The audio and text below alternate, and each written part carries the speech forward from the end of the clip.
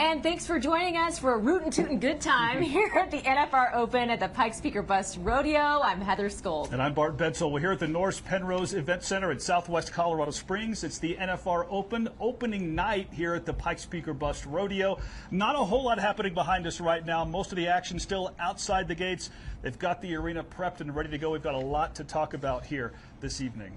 Yeah, we'll be out here all show for the 4, 5, 6 newscasts tonight. Plus, we have Chris Larson, who is live at the Fan Zone with all of the pre-rodeo action and excitement. You can't miss it as you come into the gates. It's on the east side of the Norris Penrose Event Center. Now, this year, the total rodeo purse is well over $1 million.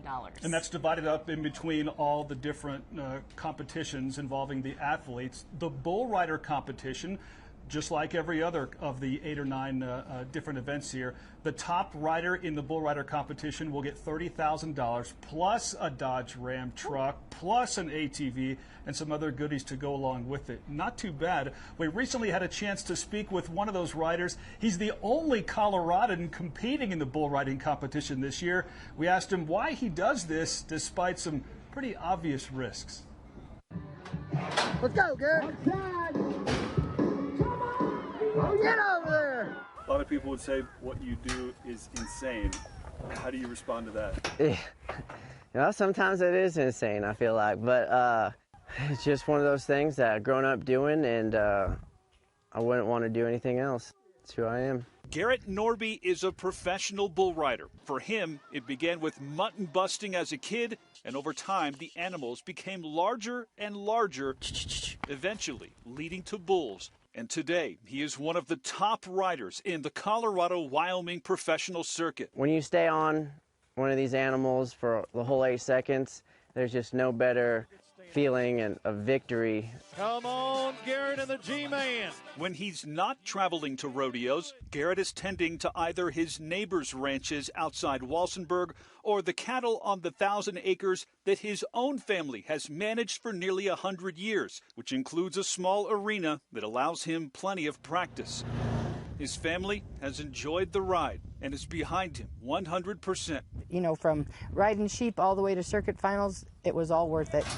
I have the same adrenaline rush that he probably has. He probably has a little bit more than I do.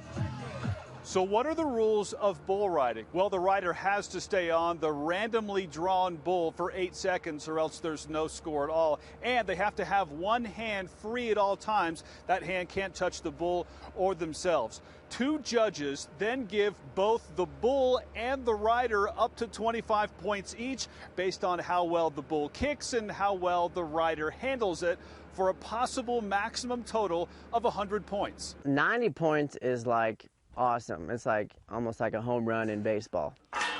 But today, Garrett isn't just a rider. He's also coaching his girlfriend's little brother. Keep going! Teaching Blaine how to earn his own thrills on the back of a bull, as well as the inherent dangers, because Garrett's long list of accomplishments is rivaled only by his list of injuries. I've got stepped on in my stomach. I think he was in the ICU. Broken bones. He was there for like 2 days. Concussions. That's always a concern for me. Quite a bit of injuries. And despite all that, he keeps coming back for more.